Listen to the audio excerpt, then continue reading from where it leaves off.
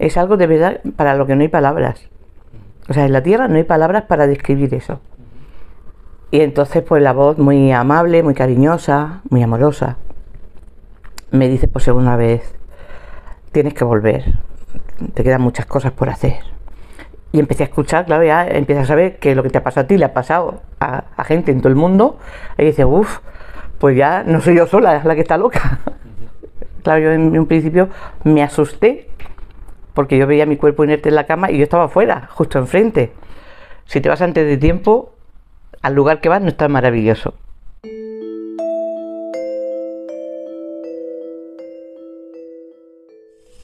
Tuve la ECM con 18 años. En aquel año, pues yo vivía en casa de mis padres, en Eguín, Albacete.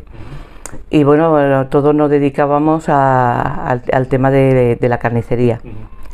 Mi padre trabajaba en el matadero municipal, o sea que éramos carniceros y aparte matarifes. Entonces toda la familia nos dedicábamos a eso. Era una cosa en la que, bueno, yo trabajaba como toda la familia porque era lo que tocaba, pero no era la ilusión de mi vida. Y tuve la ECM y después de tener la ECM ya se me hizo imposible seguir con ese trabajo. Entonces pues ya me tuve que buscar otra forma de vida porque era algo que chocaba con mi ser profundo. Y bueno, mi mundo interior se devastó.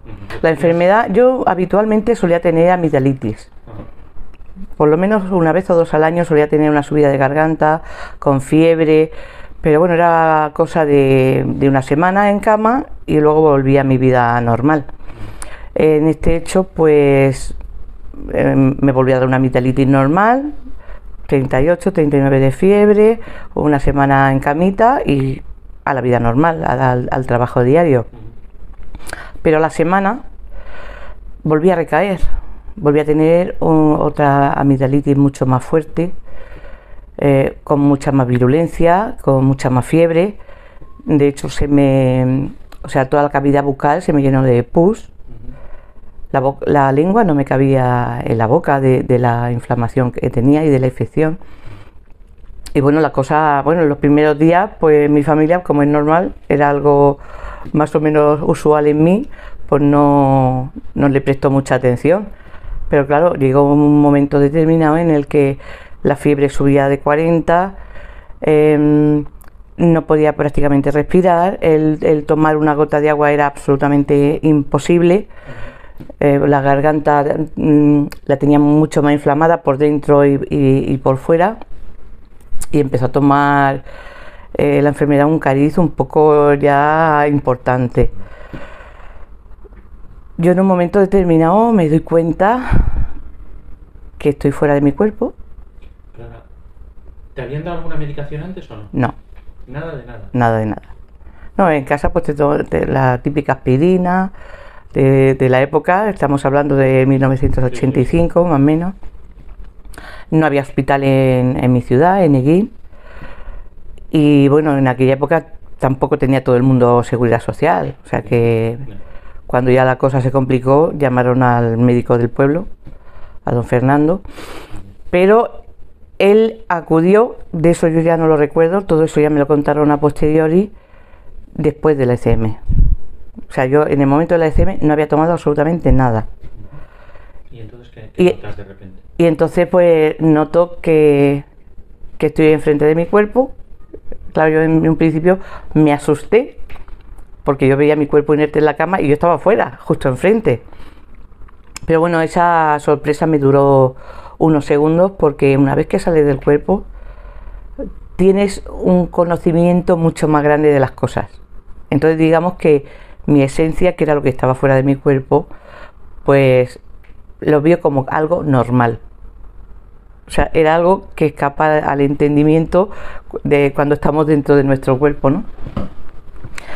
Y me encontraba fantásticamente bien. O sea, cuando estaba en el cuerpo me dolía absolutamente todo, todos los huesos, todos los músculos. Y bueno, en ese estado de conciencia, pues yo estaba feliz de la vida. Luego, claro, estaba como un niño con zapatos nuevos porque podía ver mi habitación desde muchos puntos de vista. Luego me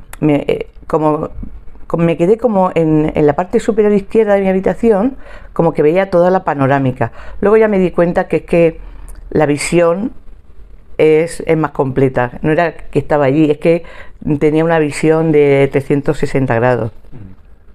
Y yo estaba feliz. Yo estaba, bueno, jugando, mirando mi habitación desde todos los sitios. Y entonces me puse como a jugar, ¿no? Voy a mirar cosas por aquí. Y entonces me pongo a mirar encima del armario de mi habitación, que era un armario bastante alto. Y entonces empecé a ver cosas que ponemos encima de los armarios. Vi una cámara de fotos que no sabía ni dónde estaba. Y vi varios objetos.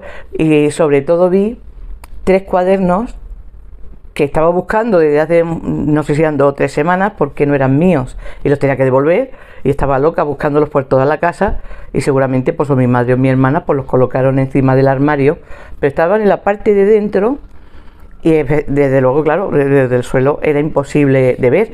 Incluso con una escalera pequeña tampoco no se hubiese podido ver. Entonces, claro, yo al ver los cuadernos pues me puse contentísima de ver que estaban allí y que los iba a poder devolver.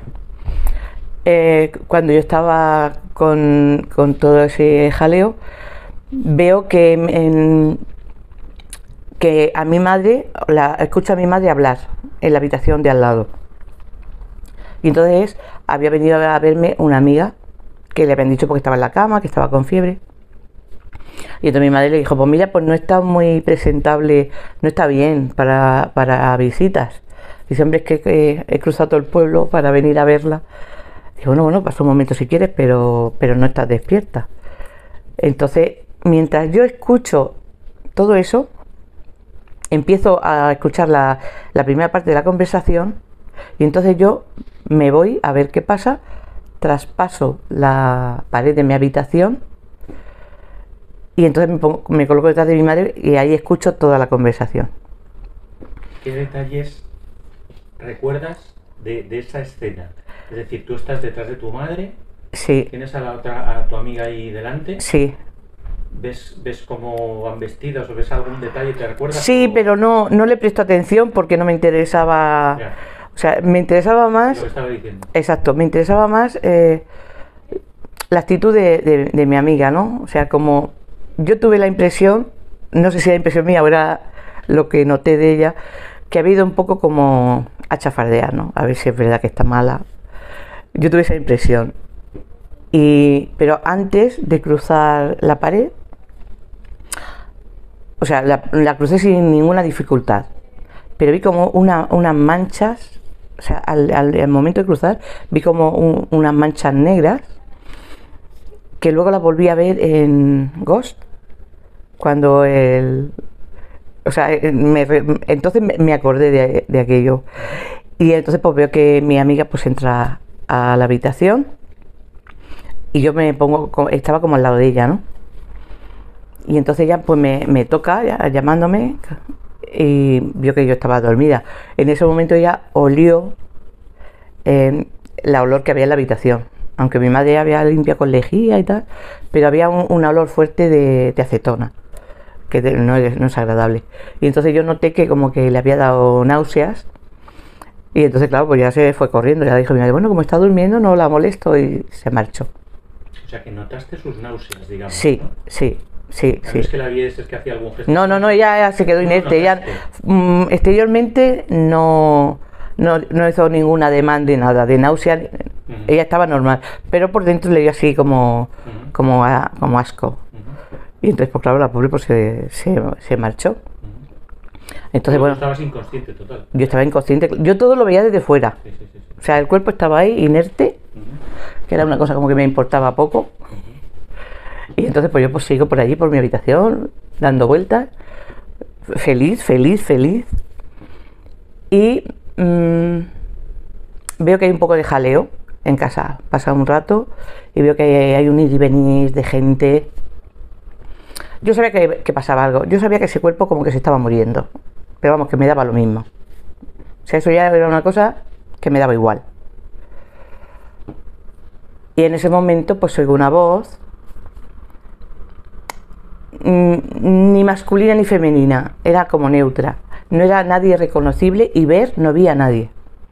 ¿Y seguías en la experiencia extracorporal? O sea, no Sí. pasaste por ningún túnel, ni No, tal. no, En ese... exacto. Seguía en mi habitación, habitación? sí, seguía en mi habitación, y entonces me dice una voz que tenía que volver. Y yo pues dije que de eso nada. Digo, no, yo voy a volver a ese cuerpo que le duele todo, que tiene problemas. No, yo vuelvo a mi casa. Y entonces pues la voz muy amable, muy cariñosa, muy amorosa, me dice por segunda vez, tienes que volver, te quedan muchas cosas por hacer. Y yo que no. Digo, no, además es que yo estaba preparada para irme, porque yo quería irme. O sea, yo miraba a ese cuerpo, ese jaleo, y a mí es que no me interesaba nada. O sea, mi intención era volver a mi casa. Mi casa ni estaba en ese cuerpo, ni estaba en ese momento, ni en ese pueblo, ni en ese lugar. Y entonces iba a protestar. Y me dicen por tercera vez, tienes que volver, te quedan muchas cosas por hacer y un niño te espera.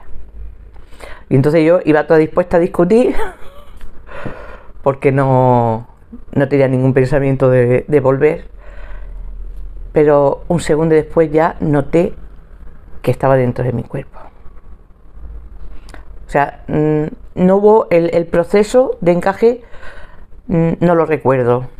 O sea, yo ya me encuentro dentro del cuerpo, porque cuando estaba fuera vi entrar a mi abuela y ya en un momento determinado veo... ¿Cuando estabas fuera? Cuando estaba fuera veo entrar a mi abuela hacia mí, hacia la cama. Y ya un segundo después, pues noto que me toca. O sea, yo noté su mano. Eso es una experiencia horrorosa.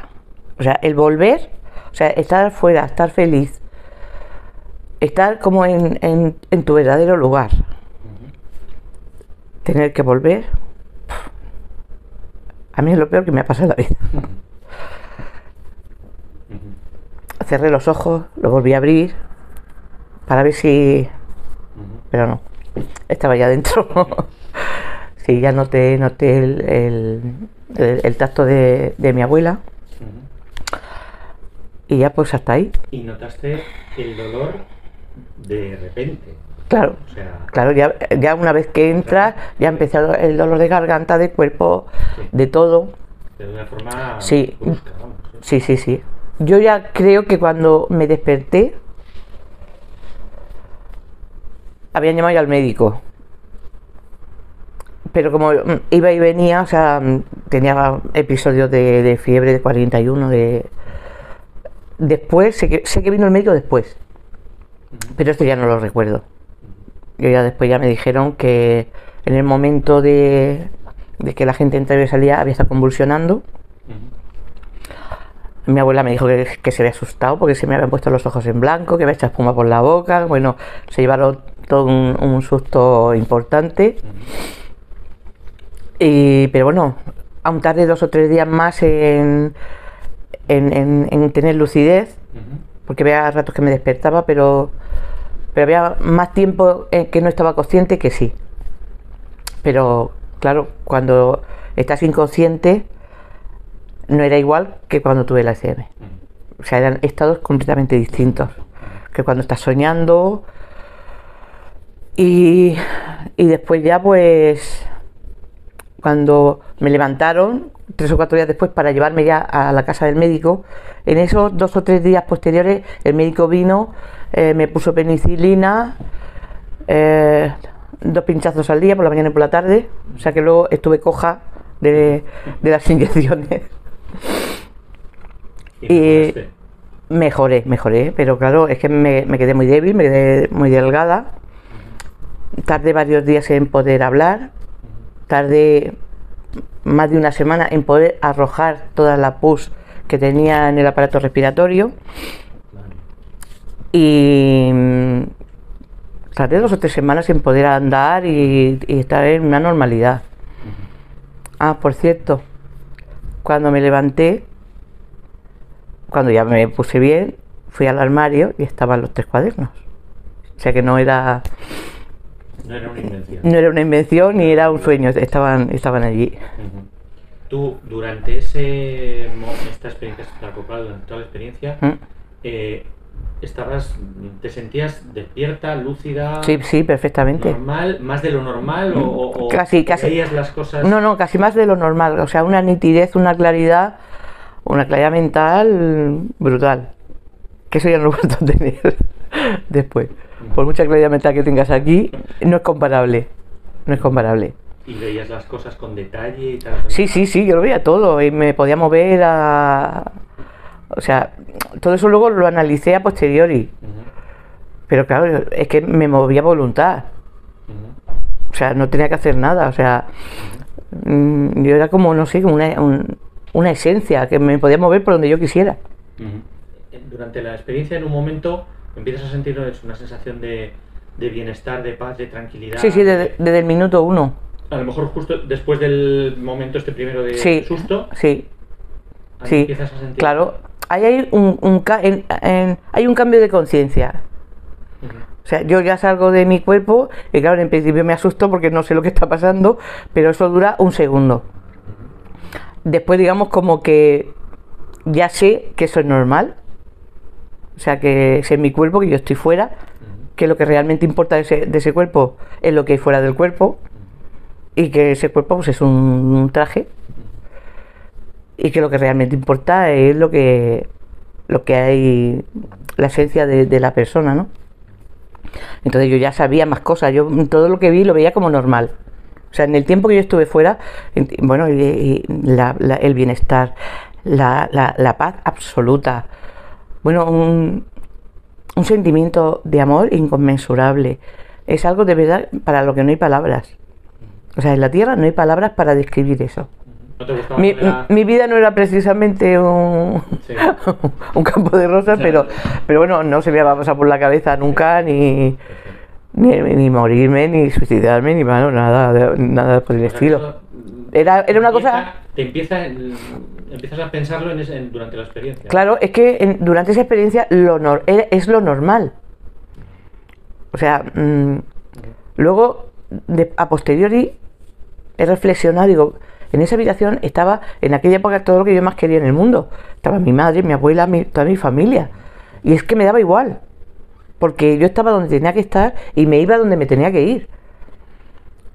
O sea que no me importaba nada el que decir, bueno, es que ellos, o sea, si yo me muero, ellos van a sufrir. O sea, eso ni se me pasó por la cabeza. ¿Por qué? Porque era lo que había era lo que tenía que ser. O sea, es lo normal. Tú terminas tu vida y te vas a tu sitio.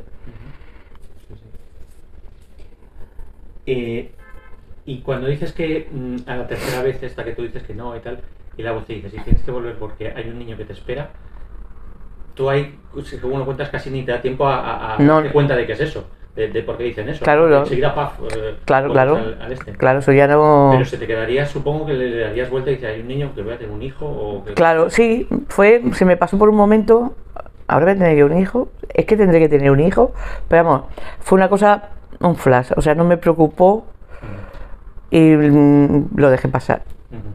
Dices que no se lo contaste a nadie, ¿no? No. O sea, no. La primera vez que lo cuentas, ¿cuándo es? Bueno, o sea, no se lo conté a nadie, pero una vez que me recuperé, pues yo creía que yo fui consciente de todo esto ya a los 30 años. O sea, todo eso como que se quedó dormido.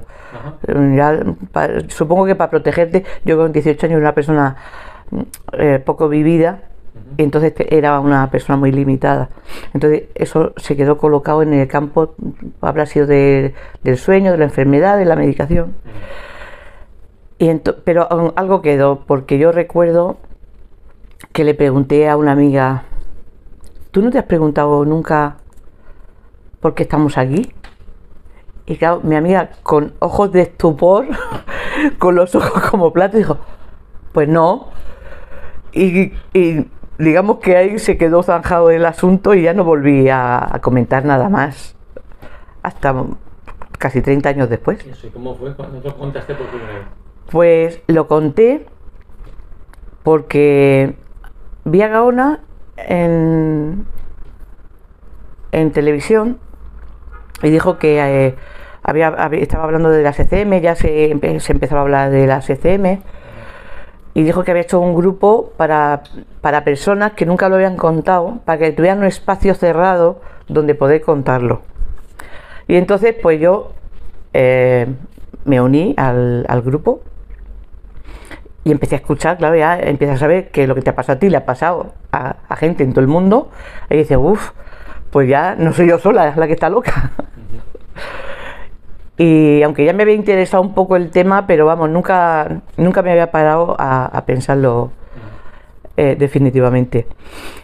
Y claro, al ver que hay mucha más gente que le ha pasado lo que a ti, yo me dediqué nada más que a leer y a escuchar. Entonces, como le ha pasado a mucha gente, en un momento determinado cojo y lo escribo y lo mando. Que luego una vez que le di a enviar me arrepentí, porque luego tuve que llamar al administrador y decirle, por favor, luego lo quitas, que le reescribamos, porque es que lo escribí a la velocidad. Yo no estaba muy ducha ni en el tema ni de los ordenadores, ni de escribir por ordenador, y bueno, había unas faltas garrafales, bueno, un escrito de verdad para quemarlo.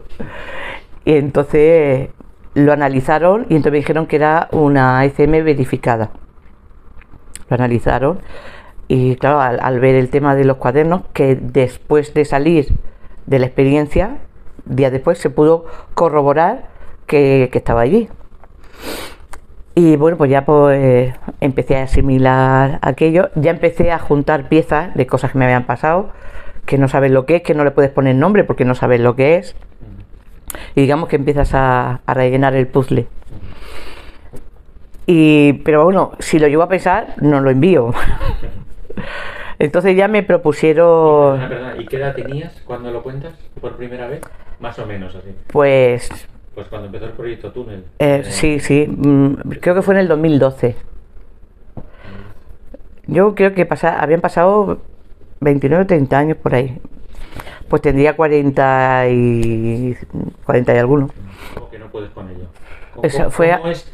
Claro, porque encima, o sea, yo cuando volví a mi trabajo habitual, que era subir al matadero municipal,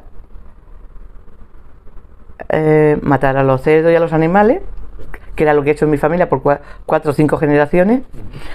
O sea, ya eso a mí me crea un malestar. Mucho mayor que antes. Mucho mayor. O sea, antes no es que me gustara, pero no me creaba ningún conflicto. Pero es que ahora es que era superior a mi fuerza. Es que yo decía, es que yo no tengo que hacer esto. O sea, es que ya me creó un conflicto, y todo eso yo sola, porque claro, yo tampoco había comentado nada en casa. Y claro, después de estar toda la vida trabajando en eso, ponte en casa y di que ahora no puedes hacer tu trabajo. Lo que pasa es que ya entonces ya empecé a buscarme para hacer otro tipo de trabajo. ¿Con qué cara le dices a tu familia, oye, que llevo toda la vida haciendo esto y ahora ya no puedo? Entonces no se podía. Lo que pasa es que ya hubieron cambios en mi familia, y entonces yo aproveché la situación para empezar a cambiar de trabajo. ¿Y qué hiciste? Pues me fui. Abrieron uno de los primeros supermercados que abrieron en mi pueblo, y entonces me fui de carnicera, que era mi trabajo. Y a pesar de que tú, cuando eres profesional de lo tuyo, pues te gusta y lo haces bien y tal y cual, pero no me terminaba tampoco de encajar. O sea, ya estaba en un sitio en el que digo, esto no es lo que yo quiero hacer. No sabía por dónde iba a ir la cosa, pero digamos que no estaba en mi sitio. Entonces a mí me habían hecho un contrato de 3 años, renovable cada año, y entonces aproveché que me iban a renovar el segundo año para marcharme. O sea, hubo una oportunidad en el cual a mí me iban a ascender, me iban a subir el sueldo, y yo les dije que lo tenía que pensar. Claro, que la gente no se lo creía. Bueno, si estás aquí haciendo un trabajo mal pagado. Pero algo dentro de mí me decía, aquí ya se te ha acabado el tiempo. Y entonces, me hubiera despedido, pero bueno, se me acabó el contrato, pues ahí se quedó. Y al mes siguiente llamaron a gente porque habían construido el hospital de allí, y entonces estaban buscando limpiadoras. Entonces yo me presenté al puesto, nos presentamos un montón de gente, y bueno, pues tuve la suerte de conseguir ese puesto de trabajo, que era para limpiar el trabajo de la obra del hospital, en un principio. O sea, para quitar el yeso y bueno, lo típico.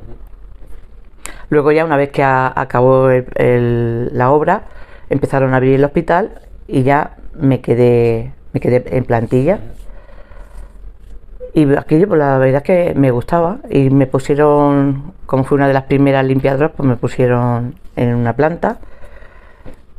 Y claro, la gente, yo entraba a limpiar, y cuando se salía la auxiliar o la enfermera, me pedía las cosas a mí.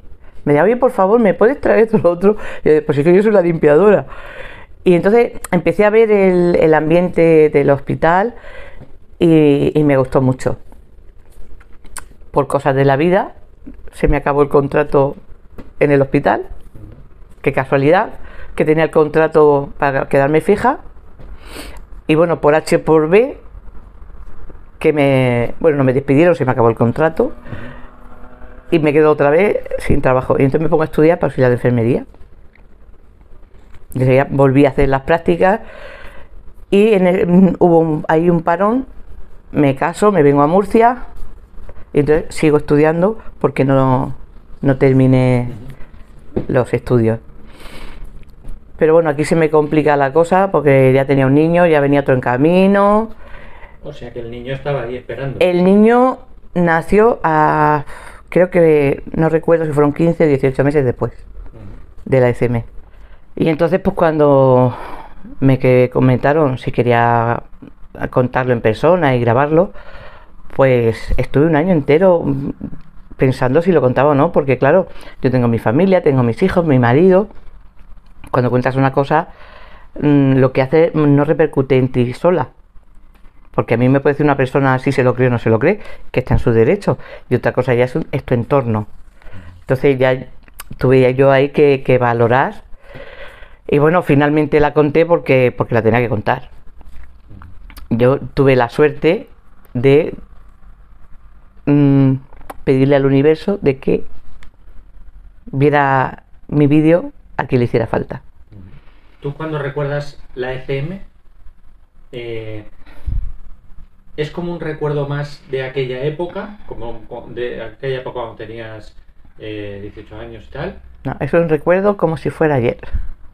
O sea, es un recuerdo porque es un recuerdo. Sí. O sea, Sí. no es un sueño ni es ninguna otra cosa. Es un recuerdo. Recuerdo las sensaciones, pero es un recuerdo vivido, muy vivido. No sé si es como la gente dice ahora los sueños estos vividos, pero bueno, yo no puedo comparar porque no los distingo. Pero para mí es algo súper real. Y es algo que me pasó en ese momento y me ha costado mucho contarlo sin emocionarme. Pero casi nunca lo consigo. Yo empiezo a trabajar aquí en Murcia de auxiliar, mientras empecé en mi pueblo, pero nada, estuve un par de meses, estuve en urgencias, en rehabilitación, y ya enseguida me empecé a trabajar aquí en el Hospital Moral de Meseguer, pero estuve muy poco tiempo y ya me dieron una interinidad en una residencia de ancianos. O sea, maravillosa.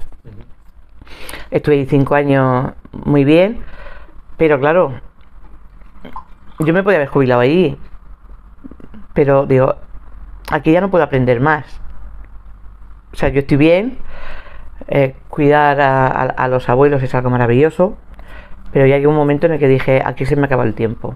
O sea, yo necesito aprender mi oficio de auxiliar. Y entonces renuncié a ese contrato, que mi marido me decía, con lo que te ha costado empezar a trabajar de auxiliar, tener una estabilidad, ¿cómo vas a dejar este trabajo al lado de casa? Digo, se me acaba el tiempo aquí. O sea, era algo superior a mis fuerzas. Y claro, cuando decidí renunciar al contrato, pues hubo un problema porque nunca se les había presentado en la administración ese problema, ¿no? De que tú tengas un trabajo, un contrato de por vida y que vayas y digas que no lo quieres. Pero bueno, yo sabía que con la puntuación que yo tenía, porque mientras no trabajé de auxiliar, hice cursos, entonces ya estaba en un lugar alto en la bolsa de trabajo y yo sabía que al día siguiente iba a trabajar. Empecé a trabajar en el hospital donde estoy hoy, el Hospital Virgen de la Risaca. Y estuve un mes allí, luego me fui a otro lado y ya me dieron una interinidad y llevo allí 13 años. Y digamos que empecé a trabajar en medicina interna. Medicina interna va todo. Cuando hay un problema que hay que estudiar, cuando hay una enfermedad crónica, o sea, allí va todo. Todos los estudios van allí. Luego ya se derivan. Había una connotación que la planta de oncología estaba al lado. Y cuando ellos no tenían camas, pues nosotros en nuestra planta siempre teníamos pacientes oncológicos. Aparte de eso, pues por las enfermedades normales, en medicina interna, pues tenía gente que tenía de todo, que luego derivaba en un cáncer o derivaba en una enfermedad X, pero graves. Entonces, evidentemente, aunque te voy a decir que para haber tanta enfermedad ahí, no se moría mucha gente. O sea, para ser una enfermedad donde iba la gente tan mala, no, el porcentaje de muertos no era muy alto. Pero claro, sí que ves que la gente se muere. Y entonces ahí fue donde me di cuenta que la gente no estaba preparada para morirse. Pero es que la gente no estaba preparada para morirse. Pero es que los familiares hacían unas cosas. O sea, a la gente se le había olvidado el que se tiene que morir. Entonces, bueno, a mí aquello yo me quedé chocada, ¿eh? Me quedé absolutamente sorprendida de la actitud de los moribundos y sobre todo de los familiares. Y bueno, ¿cómo puede ser? Claro, mi concepto de la muerte era con una normalidad, aunque yo antes de la ECM le tenía mucho miedo a la muerte. Y por la noche, cuando no podía dormir, o sea, me angustiaba un poco. Pero yo vivía con una normalidad. O sea, la gente se moría en su casa, había una normalidad, la gente esperaba que se muriera. Entonces, claro, yo tenía ese recuerdo de la normalidad de la muerte y pasan 20, 30 años que se supone que hemos evolucionado en la tecnología, en todo. Y veo ese retroceso en la gente y yo me quedé estupefacta. O sea, yo no me lo podía creer. Y claro, pues pones más atención en la gente, ves con la gente que puedes hablar o con la gente que no puedes hablar.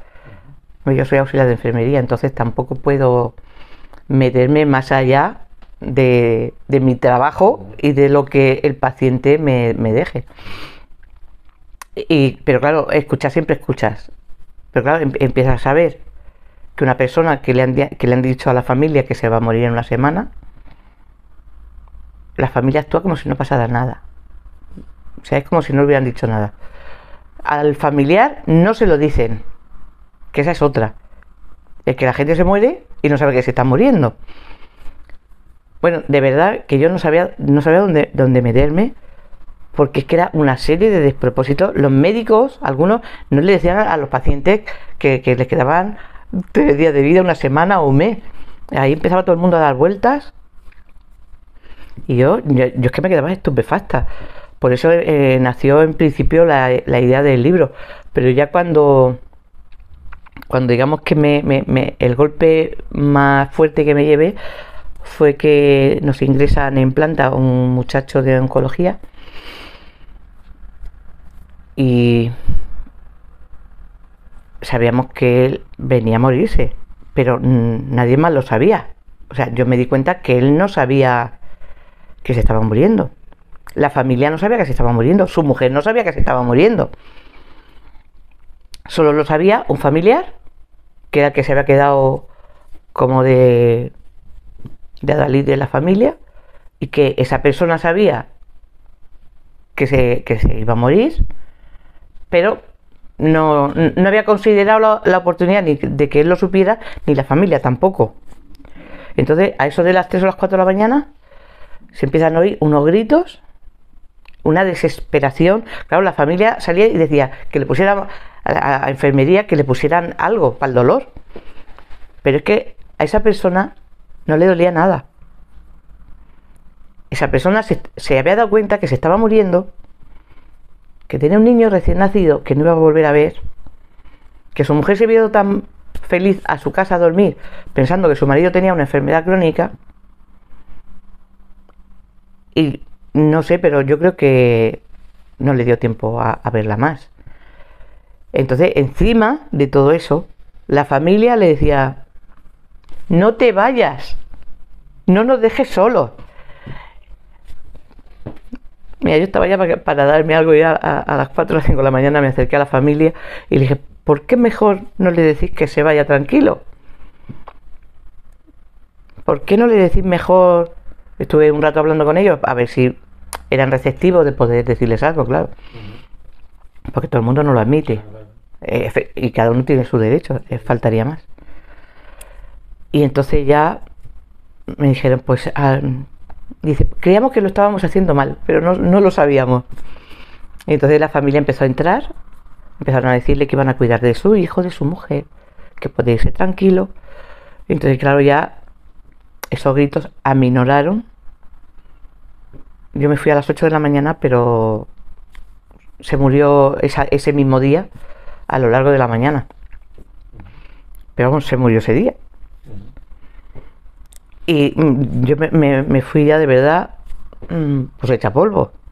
Porque digo, es que esto es inaudito.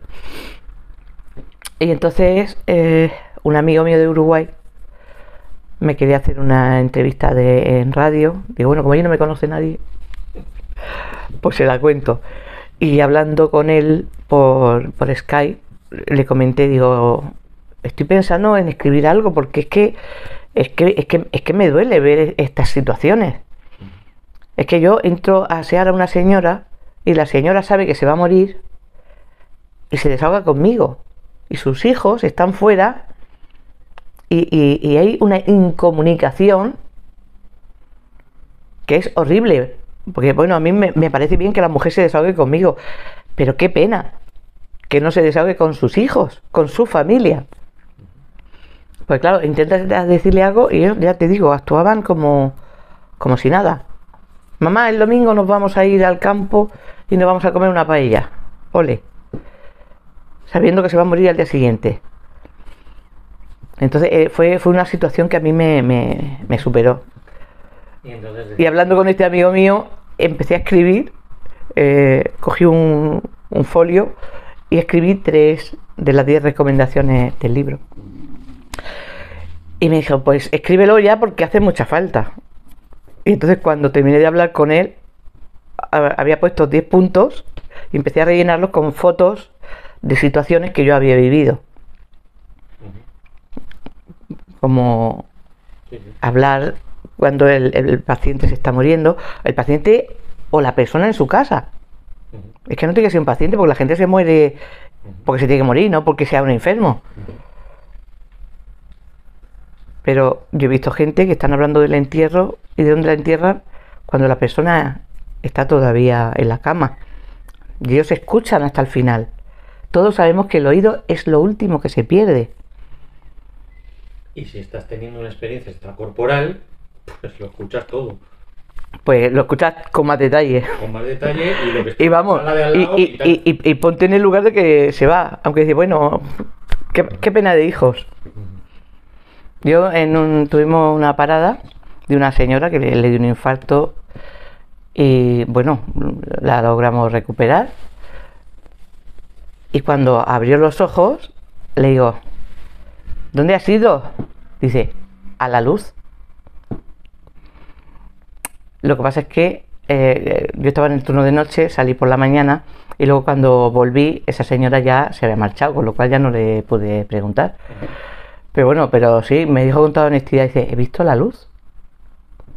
Así como, y además me lo dijo con una cara relajada. O sea que no volví asustada, ¿eh? Dice, he visto la luz. No sé, me lo dijo como diciendo, como a ti te lo puedo contar, no sé, será porque le pregunté y en cualquier otro caso no se hubiera preguntado, ¿no? Pero bueno, fue una pena que no le pude interrogar luego a la mujer. Los médicos tenían que interesarse por esto. Gracias a Dios, cada vez más médicos están haciendo conscientes. Pero claro, el aparato, muchas veces, el aparato administrativo no te deja. Porque yo conozco médicos que han intentado, habiéndole dado permiso en los hospitales, o sea, el médico que le ha dado a su paciente un infarto, pues no informa porque para él es una cosa que no es importante. Entonces, recuerdo una vez que pasó los cardiólogos pues estaban haciendo su residencia, unos se quedan, otros se van, y entonces aprovechando a unos jovencitos le pregunté,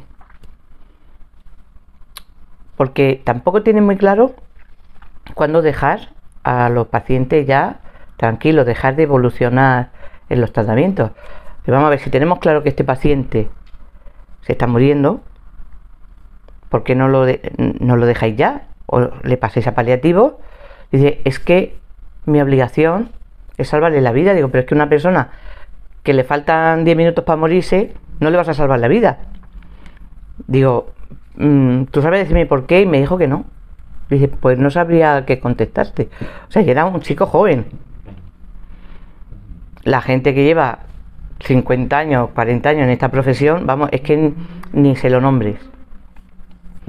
O sea que falta, yo creo que falta una generación hasta que esto podamos hablar con una normalidad. O sea, nosotros en Petit Comité ya, las auxiliares, los enfermeros, por lo menos hablamos entre nosotros y ya va viendo un caldo de cultivo y vamos preparando un poco, pero claro, por ejemplo, si no se dice en ese momento en planta, se podría derivar a un psicólogo o a otro departamento. De todas maneras, en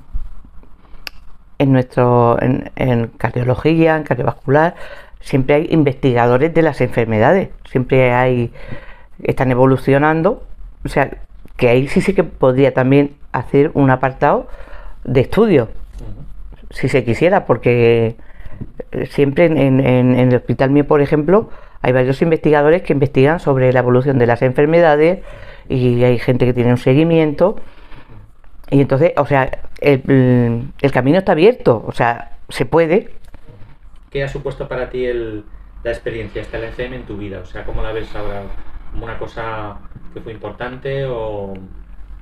Claro, fue un antes y un después. O sea, yo era una persona en aquella época poco curiosa, ¿no? O sea, yo era una persona que estaba conforme con mi vida y claro, después de la ECM pues ya ves la vida de otra manera. Aunque hubo un periodo de tiempo en el que no fui consciente, porque ya te digo que hasta que no tuve a mi segundo hijo, tuve una depresión posparto, y entonces digamos que ahí fue, tratándome la depresión, fue cuando realmente me di cuenta que era lo que me había pasado.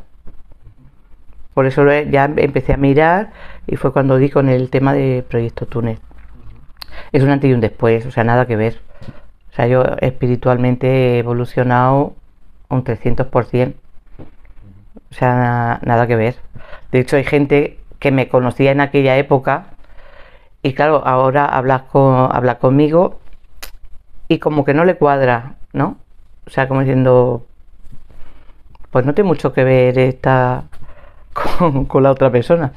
De hecho, nos hicieron una entrevista a unas chicas de mi pueblo que habíamos publicado un libro y como todas, prácticamente todas, menos una, vivimos fuera de Ellín. Y mucha gente le decía a mis otras compañeras, ¿pero estás segura que la que va contigo es la hija de Francisco el Carnicero? Y él decía, sí, mira, si había escrito un libro. No se lo terminaba de creer, como que puedes evolucionar, ¿no? Sí, he evolucionado, bueno, en todos los aspectos, porque claro, ya te crea una curiosidad en muchos aspectos, pero claro, el más importante es el tuyo, es cómo convivir contigo misma ¿Y eso cómo te notas tú? ¿Qué es lo más así profundo que te ha cambiado a ti? Pues me han cambiado muchas cosas. Por un ejemplo, es que antes veía a una persona ebria y decía, los borrachos, este es un borracho degenerado. Ahora veo a una persona en ese estado de embriaguez y me pregunto, ¿qué dolor tendrá para estar así? Entonces, claro, los conceptos, o sea, no es que tienda a justificar, pero hay un nivel de comprensión más grande. O sea, es que este ha matado al otro, pero ¿qué ha pasado? Habrá que ver las cosas con más profundidad. No justificarlo, por supuesto, porque eso, pero el nivel de comprensión es mucho más grande que anteriormente. O sea, el juzgar es algo que como que me cuesta, ¿no? O sea, de hecho lo hago porque somos seres humanos y de vez en cuando aterrizamos en la tierra, pero ya oigo a alguien criticar a alguien y me duele. O sea, mira esa, qué fea va con esa falda. Y bueno, si esa mujer es feliz con esa falda, ¿a ti qué te importa? ¿No? Tú ponte lo que quieras. O sea, yo siempre he sido mucho de vive y deja vivir, ¿no? Pero ahora desde una conciencia mayor. O sea, ahora digo que miramos un poco más allá de lo que se ve. ¿Y la experiencia te ha ayudado a la hora de dejar partir a tus seres queridos? Por supuesto. El dolor de perder a unos padres es innato. El dolor está ahí. Pero evita el sufrimiento a largo plazo. No es lo mismo pensar que tu padre se muere y va a un nicho y se le van a comer los gusanos, que pensar que está en un lugar mejor, que ya no sufre y que, como yo sé que en el otro lado se está mejor que aquí, pues es un alivio, Claro que ayuda mucho el pensar una cosa, pensar otra. El dolor no te lo quita nadie, porque un padre es un padre, una madre es una madre. Yo tuve la fortuna, la desgracia de perder a mis padres en un periodo de 7 meses. Sí. O sea, yo tuve que pasar 3 duelos de golpe. O sea, mi madre se murió en un fin de semana, porque mi madre era una enferma crónica, pero vamos, todo se desató en un fin de semana. A los 6-7 meses se murió mi padre de un cáncer de páncreas que se desarrolló justo cuando murió mi madre. De todas formas, yo ya sospechaba que mi padre no iba a durar mucho tras la marcha de mi madre, porque había estado con ella toda su vida. Entonces yo en mi fuero interno sabía que mucho no iba a durar, como así sucedió. Entonces, digamos que pasé 3 duelos de golpe muy fuertes, porque yo en la Navidad del 2006 celebré la Navidad con mis padres. En la Navidad siguiente, de 2007, ya no estaba la casa, ya no estaba mi madre, ya no estaba mi padre, ya los hermanos estábamos cada uno por un sitio. Y bueno, fue un periodo muy complicado, muy complicado. Seguramente, si no hubiera tenido las certezas que tengo, pues hubiera tenido que acudir a un psicólogo, un psiquiatra perfectamente. Y bueno, y lo valoré, estuve a punto de ir, que no pasa nada. Si hay que ir, se va. O sea que en esta vida hay que evolucionar con lo que te va viniendo. Y sí, que lo pasé mal, pero hubiera sido 1000 veces peor si yo no hubiera tenido el concepto que tengo. Además, yo detesté enseguida, en cuanto vi a mi madre, que mi madre, vamos, se iba a morir en nada. Mis hermanos, pues claro, luego le costó más, porque ellos no lo vieron venir.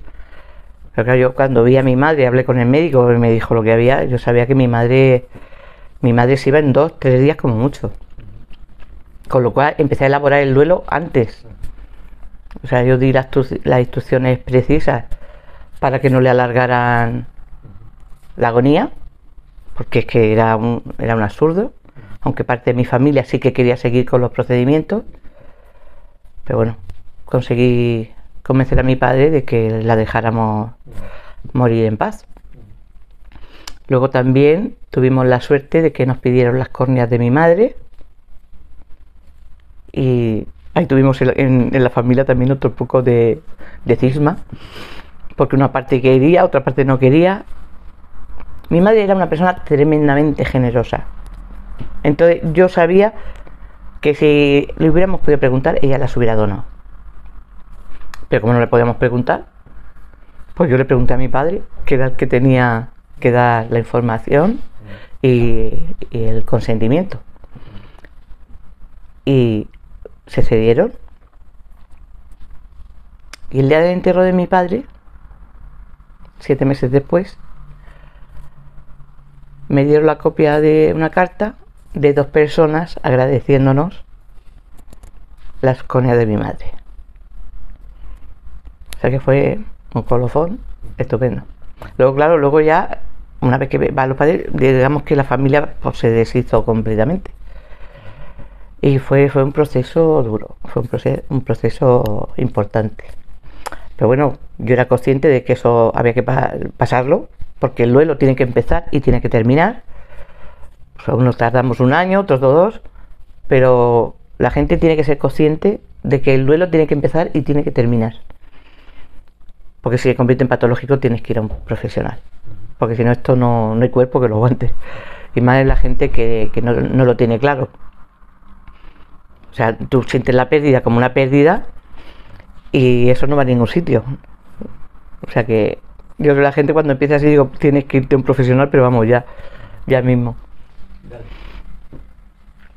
Peligroso, claro. Hombre, como todo en la vida, la gente tenemos que tener bien amuebladas las estructuras mentales. Es un tema muy delicado, porque una ECM, yo estoy convencida que una ECM la vives porque la tienes que vivir. O sea, tienes que seguir un camino que no estás siguiendo y digamos que de alguna manera te corrigen el camino por el que tienes que seguir. Las personas que no o sea, yo en aquel momento no era una persona leída, era una persona ignorante de todos estos temas, con lo cual yo sufrí mucho más que una persona que hubiera podido saber más. Pero tú tienes que saber más, ¿para qué? Para reconducir tu vida y hacer lo que tengas que hacer. El experimentar por experimentar es como todas las cosas de la vida. Antes las hipnosis se hacían con una frecuencia muy alta, pero entonces se dieron cuenta que la gente cuando está fuera de su cuerpo vive en un sitio mucho mejor y luego les costaba regresar, e incluso en algún caso alguien se ha quedado ahí.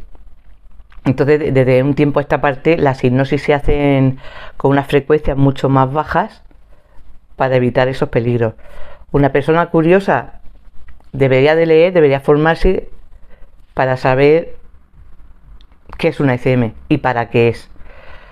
¿Qué es una curiosidad? Pues sí, pero bueno, puedes hacerte una regresión, que es una cosa inocua porque no pierdes la conciencia en ningún momento, para poder experimentar lo que tú quieras experimentar.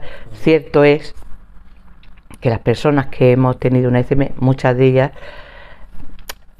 esa nostalgia por tu casa no se va nunca. Y algunas veces tenemos que hacer tremendos esfuerzos para seguir viviendo aquí. Porque bueno, pero bueno, si es que tengo que hacer lo que tenga que hacer. Ya sé que me iré cuando me tenga que ir, pero es cierto que algunas veces el tener los pies en la tierra cuesta. Pero bueno, ese es nuestro camino en la vida, el hacer lo que tenemos que hacer. O sea, esto no es una invitación a que la gente sepa que en el otro lado se está muy bien y que si tienes problemas ahora es una salida. No es una salida, es un error. porque si vienes a algo tienes que hacerlo. Si te vas antes de tiempo, al lugar que vas no es tan maravilloso. Y eso hay muchos libros que lo corroboran y hay que tenerlo claro. O sea, tú te vas a un sitio maravilloso cuando te vas en tu momento, cuando te toca. Hay gente que dice, bueno, es que se ha muerto de un infarto fulminante. Esta semana pasada se ha muerto un querido amigo mío. Y lo primero, o sea, me llevé un palo grande, claro. Pero claro, acto seguido pensé, ya he hecho lo que tenía que hacer. Si se ha ido, es porque ha hecho su trabajo. O sea, tú no te puedes morir antes. Y si te mueres antes, no vas a un lugar tan maravilloso. O sea, eso hay que tenerlo claro.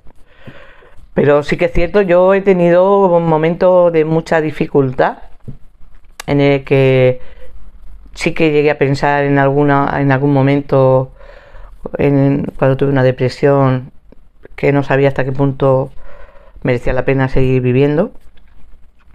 Y bueno, pues claro que merece la pena. O sea, hay momentos. Ahí va.